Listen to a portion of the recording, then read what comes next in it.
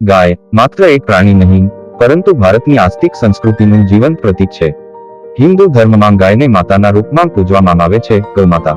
શાસ્ત્રો મુજબ ગાયના શરીરમાં 33 કરોડ દેવી દેવતાઓનું નિવાસ છે, અને આટલું જ નહીં, ગાયને કામધેનુ માનવામાં આવે છે, એવી પવિત્ર ગાય કે જે ઈચ્છાઓ પૂરી કરે છે. હિન્દુ ધર્મ પ્રમાણે ગાયમાં 33 કોટી દેવી દેવતા નિવાસ કરે છે, એટલે કે 33 પ્રકારના દેવતા નિવાસ કરે છે, જેમાં 12 આદિત્ય વત્તા 8 વસુ વત્તા 11 રુદ્ર વત્તા 2 અશ્વિનીનો સમાવેશ થાય છે. એક માન્યતા પ્રમાણે ગાયમાં કુલ 33 કરોડ દેવી દેવતા નિવાસ કરે છે. ભગવાન શિવના પ્રિય પાન એવું બીલીપત્રની ઉત્પત્તિ ગાયના ગોબરમાંથી થઈ હતી.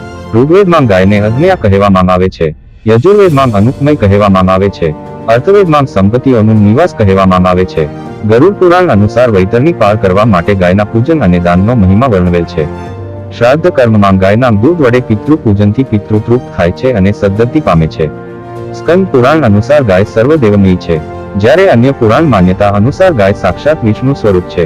ભગવાન શ્રી કૃષ્ણનું જીવન અને જ્ઞાન ગાયના સંગતમાં થયેલ છે. ભગવાન રામના પૂર્વજ મહારાજા દિલીપ નંદીની ગાયની પૂજા કરતા હતા. આજથી લગભગ 9000 વર્ષ પહેલા ગુરુ વશિષ્ઠ દ્વારા ગાયના કુળના વૃદ્ધિ હેતુ પ્રયોગ કરેલો તેવું માનવામાં આવે છે.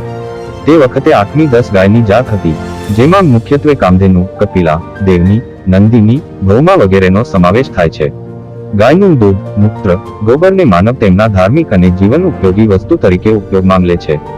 ગાયના પંચગવ્ય દૂધ, દહીં, ઘી, મૂત્ર અને ગોબર વિશિષ્ટ ધાર્મિક વિધિ વિધાનમાં ઉપયોગી છે. ભગવાન શ્રી કૃષ્ણ ગીતામાં કહે છે કે હું ગાયો માંગ કામધેનુ રૂપ છું. શ્રીરામ ભગવાને વન પ્રસ્થાન પૂર્વ બ્રાહ્મણને ગાય દાનમાં આપી હતી. ભગવાન બુદ્ધ ગાયના દૂધની ખીરપાનથી જ્ઞાન અને મુક્તિનો માર્ગ સૂઝ્યો હતો. બુદ્ધ ગાયને મનુષ્યની પરમ મિત્ર પણ કહે છે.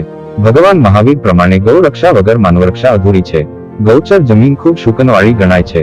જે જમીન પર ગાય વિશ્રામ કરતી હોય, આરામ કરતી હોય તે જમીન પણ શાંતિવાળી હોય છે.